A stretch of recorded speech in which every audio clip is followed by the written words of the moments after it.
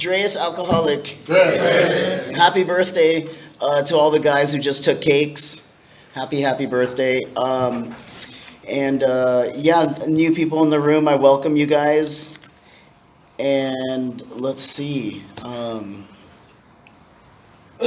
So I got sober December 28th, 2000. I came in as a little kid, 23 years old. I'm 45, and I've been fortunate to stay here. Like Patrick just said, just stay here, you know? And I heard that in early sobriety. I found the rooms of 9416 in the Temple City Alano Club first off.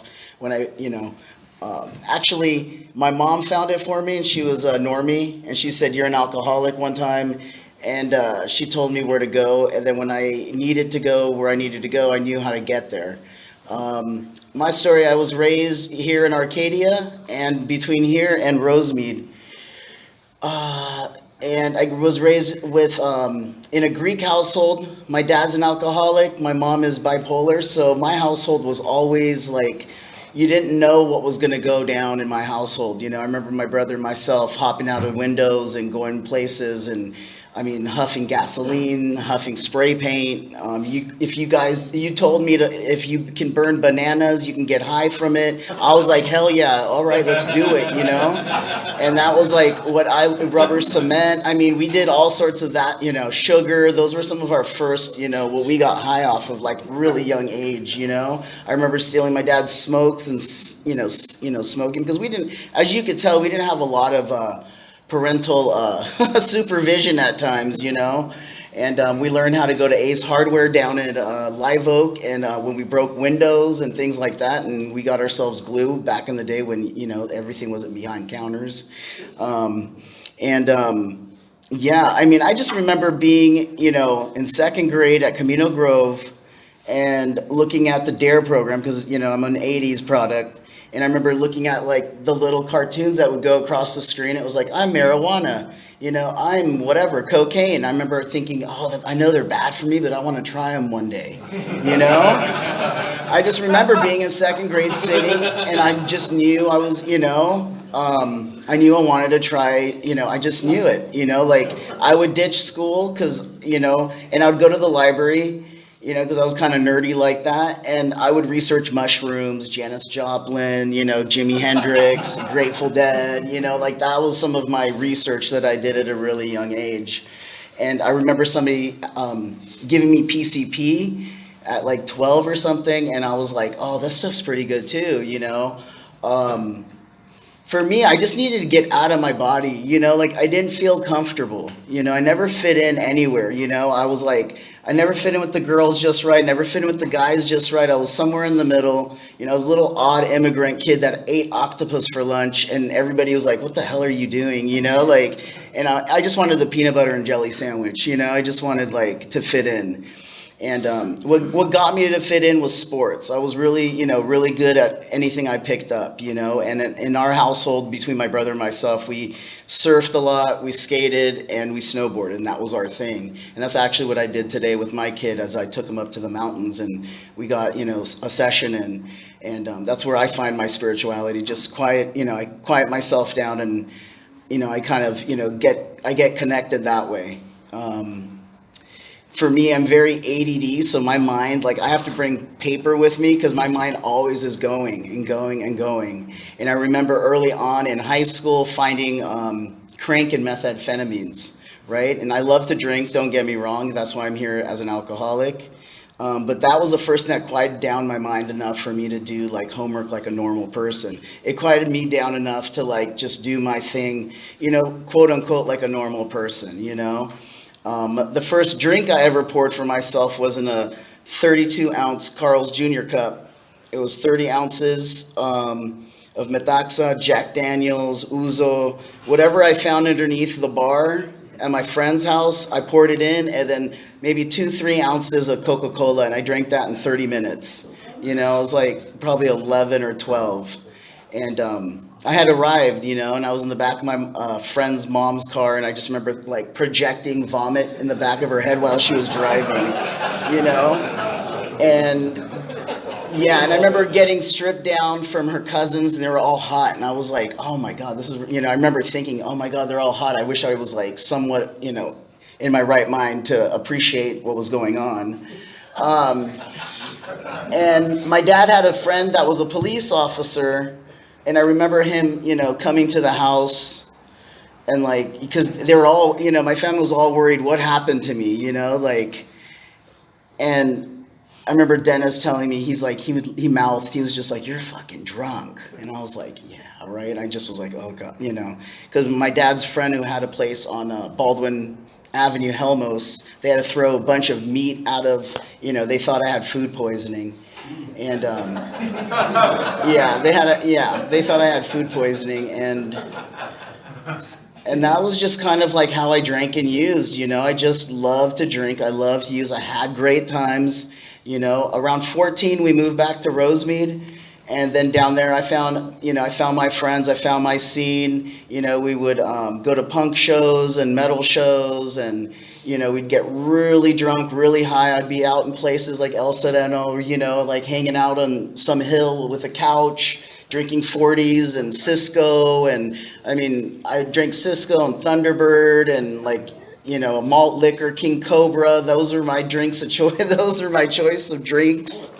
Yeah, top shelf. I mean, that's what a 15, 16-year-old kid could afford, And I remember there was these dry cleaners. We'd go in there and we'd hotbox the dry cleaners, and we'd go in there, and that was our thing across the street from Rosemead High School.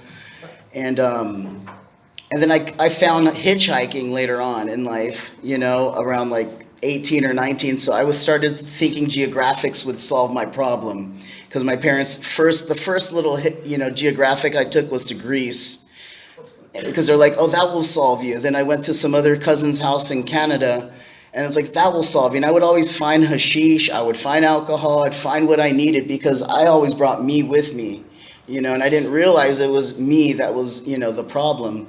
And I would hitchhike all over the place. And I remember one time being in Sedona, and I was out in the middle of Dry Creek, because I'm a big backpacker and outdoors person, And I remember being out there, and I had a seizure because I was withdrawing. I didn't know that back then, from all sorts of narcotics. My choices: alcohol, speed, and weed, any order, but I'll do anything, And I love my psychedelics too. Yeah, that was my first God, My first God was a synthetic God, I call it, Like I'd find mushrooms, I'd find acid, I'd be in the middle of some forest, and I, would be like, oh, I found him, And here I am, and I'd be meditating on this, watching the dog that was all colored in beautiful colors, just running through the desert, And I'm like, oh, I found my God, But I had to put something in me to find my higher power. I could never find my higher power on my own, even though I was brought up in a very religious household. My mom took us to church. We went to St. Anthony's, which is on Rosemead Boulevard, since I was 6 months, And I remember learning how to meditate at a young age. And I remember that, feeling this connection to something. But once I started, getting loaded a lot, I was really disconnected, And the only glimpses I would get would be those moments in the desert, hitchhiking in different places, living out of caves and hanging out with Navajo people and doing sweats and just being out, And, for me, what took place for me was like, I just was in a very just lonely place, I didn't have too much coming in these rooms, because I was still somewhat young, but I just was disconnected from self, like I thought it was normal that, I had a bong in my car and I would take bong loads at stop signs, I thought it was normal that, people, like I would go play pool up in Pasadena and and that was, and just get drunk every single night. And I tried going to school, I tried going to PCC, and I had scholarships, and I just couldn't, I couldn't even, follow through with those scholarships, and my life wasn't, I had goals when I was younger, I look at just different things that I wrote out. Like I had goals like, hey, I want to teach one day. Hey, I want to do this. I want to buy a house. I want to do all this. I had all these goals written out, and I can never reach any of those goals. And there was just a point, I just remember being at this like fuck buddy's house and just sitting there and we're just like hanging out and I'm like, here we go again, just up all night. I don't, it had been like 5, 6 days, drinking, using. And I just remember my mom saying, you're an alcoholic. And I knew where to go. And that was 9416. I went in there. There was people that I met like Eddie and Frank and Rosalie. And they started taking me through the big book. They started sitting down with me and reading the big book because I just was really, I had a trench coat. I was probably, I looked weird. I had a trench coat, a cup of coffee. I'd sit down. You guys were all federal agents. There was cameras in the corner, and I was out of my mind. I was out of my mind. And you guys said, it'll get better. And I remember linking up at the end of the meeting and in a circle. And I just remember there was something I felt in that room and something that I would look in within everybody's eyes. And I was like, there's something here, there's something here that's cool, something I haven't seen. Because, I'm hanging out with people with guns. I'm hanging out with people running around doing all sorts of shit. It's like, well, people can take from you and that's it. I wasn't hanging out with anybody that wanted to do anything, genuinely good for me. That had all left.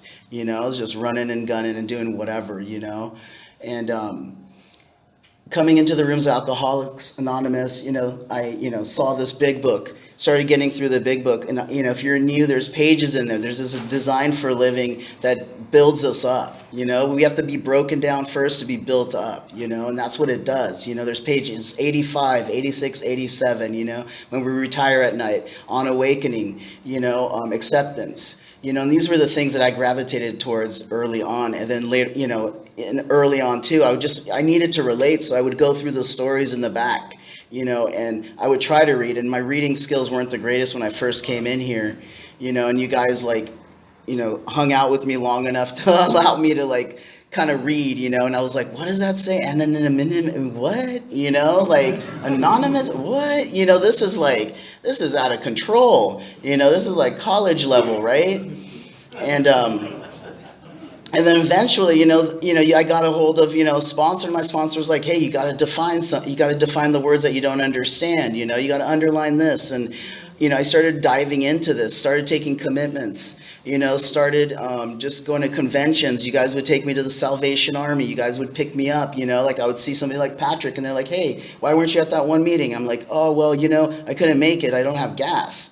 And I was like, oh, here's $5. Next time Patrick would see me, his name actually was Dan, he would see me, he'd give me another $5, and you guys carried me until, I could carry myself. And you guys really, I was like, wow, these people don't want anything from me. They just want to see me sober, And it was really weird to, that, because again, people want things from us, right? When we're out and about. And I've just been blessed to have this. My wife is sober, my brother's sober, my sister-in-law's sober. So when we have family gatherings, it's really nice that there's no alcohol. The only person that's drunk is my dad, which is nice. He's like, we have to make sure we get him his whiskey and his booze because then he starts having his little withdrawals. He starts yelling at everybody. But, we were like, okay, here, you can have your booze, We'll keep him at the holiday table, Oh man, that's a whole other thing. I was at a Zoom meeting at Christmas, and my dad's like, when are we leaving? And I was like, oh God, here we go, right? This was recent. And anyways, but I'm just, this is the best thing in town. Alcoholics Anonymous has done for me what I didn't know that I needed. I didn't know that I was going to come in here and, go back to school. I got my bachelor's and my master's. I'm actually a special ed teacher. I work with kids with disabilities in the moderate to severe level, and planning to go back for my PhD so I could do some more research and stuff. And I don't have to go, I didn't know what my life looked like. I remember being in a squat one time being like, oh, one day I'm going to be a teacher. And somebody's like, I'm going to be an astronaut one day. I'm like, oh, great. Right? We're like, here, pass the Pookie, right? And here we go. And who would have thought that actually we can, have goals and dreams, and actually when you're sober, there's so many things we can do. and I just, took there's little signs in meetings, keep it simple, stupid, and all those little signs. And I was like, why are they like just 3 words? And I was like, oh yeah, because that's all I could, in early sobriety, that's all I could think about, right? Just keep it simple, stupid, duh, right? Like my brain didn't work well. I had to get my brain, cleaned, as they said early on. Your brain needs some cleaning and reprogramming, and as I work the steps and as I, work with others and do what I need to do, in this moment, and throughout my life, like I noticed my perspective changes on things, and I didn't know that my brain was just gonna, be repositioned, the more years that I get around here. And I didn't realize that, my brain I just didn't think right, and I still don't think right, like I do some fucked up shit, like I found myself a few days ago like yelling at my kid, because and I have to check myself. My anger is crazy, and I have to check myself all the time, and I have to sit down with myself and I do my 10th step and like just make sure like like I'm not harming others, and I just have, like these like, what X-Ray was talking about, like this is something you just live on a regular basis. It's interwoven within me, when I bring, this is like our lab in here, and out, out there is kind of like the real world, that's the practice, theory and then practice out there, and that's what I realize is like, that's the true test. And here we can, talk the best talk and whatever, but it's like, what are you doing when no one's looking, And that's what I always tell myself when no one's looking, what am I doing? And I just want to, I just want to be the best that I can be, like, and in here I have found my higher power. Like that's one thing I struggled with in the beginning, and I'll end with this, was, being somebody that surfed a lot as a kid, and still surfs. I found that the ocean was something that worked for me in the beginning. It's kind of transformed itself through the years, and it's kind of like an energy that I believe in. But for the most part, I was just like, it's the ocean, and I've kept it somewhat, in nature, and that works for me. And it might work for you if you don't have something that works right now. People always said, oh, the doorknob, or whatever, but just find something. And I've had sponsors in here too that were agnostic and atheists too. So they just believe in the group here, group of drunks. That works as well sometimes. But I'm just grateful to be here today. Thank you for asking me to speak, Patrick. And I hope everyone has a good rest of the night. Thank you.